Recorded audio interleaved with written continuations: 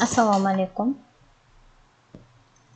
Bugungi mavzu tabiatshunoslik o'qitish texnologiyasi fanidan tabiatshunoslik o'qitish texnologiyasining rivojlanish tarixi. Yosh avlodni yetuk mutaxassislar, aqlan, ruhan kamol topgan, o'z vatanini sevuvchi, uni e'zozlovchi inson qilib tarbiyalashda tabiatshunoslik fanlarining o'rni beqiyos. Bola shaxsini mukammal shakllanishida tabiat va tabiatda bo'ladigan voqea-hodisalar, tabiat qonunlari muhim ahamiyat kasb etadi. Bolalar mana shular bilan tanishar ekanlar, ham aqlan, ham axloqan, ham jismonan, ham ilmiy dunyoqarashlari mujassamlashib, shakllanib boradi. Va bolalar tabiatni asrash, ehtiyot qilish va muhofaza qilish ruhida tarbiyalanadi. Inson tabiat mahsuli. Insonni tabiat yaratgan, kamol toptirgan.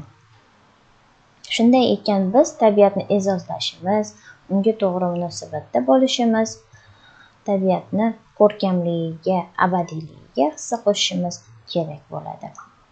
Tabiatshunoslik insoniyat ma'naviy madaniyatining eng muhim va ajralmas qismi sanaladi. Tabiatshunoslik fanlari obyekti tabiatni tashkil etadigan bilimlar va faoliyatlar tizimi hisoblanadi. Tabiatshunoslik so'zi forscha o'rganmoq so'zidan tarkib topadi. Tabiatshunoslik tabiat haqidagi fan, yaxlit tarzda olganda tabiiy fanlarning majmui hisoblanadi. Inson bilishning sohalaridan biridir. Tabiatshunoslik sanoat va qishloq xo'jalik texnikasi, meditsinaning tabiiy asosi, tabiatni falsafiy tushuntirishning tabiiy ilmiy poydevori sanaladi. Tabiatshunoslikning mavzusi tabiatda yuz berib turadigan voqea-hodisalarning turlicha ko'rinishlari va qonuniyatlardan, borliqni asosiy shakllaridan tashkil topgan. Tabiatshunoslik fanlari rivojlanish bosqichlari bu haqida keyingi mavzularda chuqurroq va batafsilroq to'xtalib o'tamiz. Ilm, fan, ma'rifat, madaniyat asrlar davomida insoniyat olamida so'nmas mash'ala bo'lib yoritib kelgan. Mamlakatimiz mustaqilligi sharofati bilan bugungi kunda bu mash'ala tobora porlab, o'zgacha ahamiyat kasb etib kelmoqda.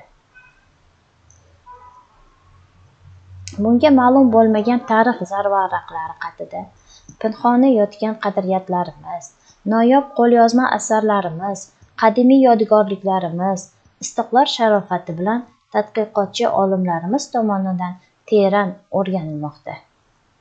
Tarix insonni barkamollik, taraqqiyot yo'li sanaladi. Moziyni bilmaslik o'zini anglamaslikni keltirib chiqaradi. O'zini anglagan xalqgina buyuk kishilarning nomlarini e'zozlab yod etadi.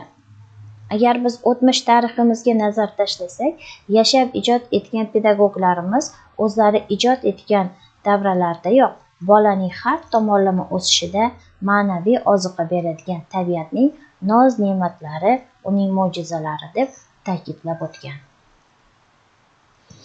Tarix zarvaraqlarida o'zlarini o'chmas, unutilmas nomlari bilan buyuk pedagoglar bola tarbiyasida tabiatning ahamiyati va uning roli haqida ko'plab asarlar va ko'plab ma'lumotlar, manbalar qoldirgan.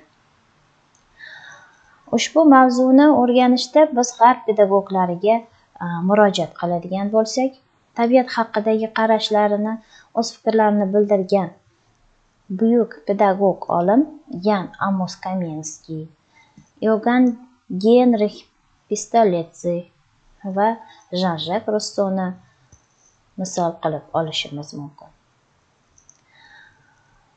Buyuk olimlar, pedagoglar tabiatni inson hayotida, bola tarbiyasida va shaxsida buyuk rol o'ynashi haqida juda ko'p ma'lumotlar va manbalar qoldirgan. Rus olimlaridan Ushenskiyning Inson tarbiya predmeti sifatida asari bilan tanishadigan bo'lsak, bunda quyidagi fikrga guvoh bo'lamiz. Ushenskiy shunday deydi: "Meni pedagogikada varvar hisoblasangiz ham, lekin meni o'z hayot tajribamda shunday xulosaga keldim. Go'zal tabiat yosh qalbga shunday katta tarbiyaviy ta'sir ko'rsatadiki, hatto pedagogikaning ta'siri ham u bilan raqobatlashishga ojizdir, degan ekan. Tabiatshunoslikni maxsus o'qitish metodikasi tabiatshunoslikni o'qitishda bolalarni har tomonlama tarbiyalashning mazmuni, metodlarini ochib beruvchi pedagogik fandir. Bugungi mavzu yuzasidan berilgan ma'lumotlar shulardan iborat. E'tiboringiz uchun rahmat.